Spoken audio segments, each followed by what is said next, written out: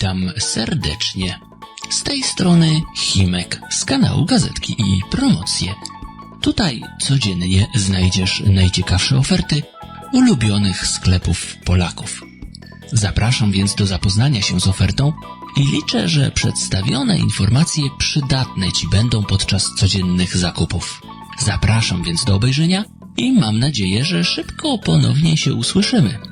Zachęcam do zasubskrybowania kanału i życzę udanych zakupów i niezwykle miłego dnia.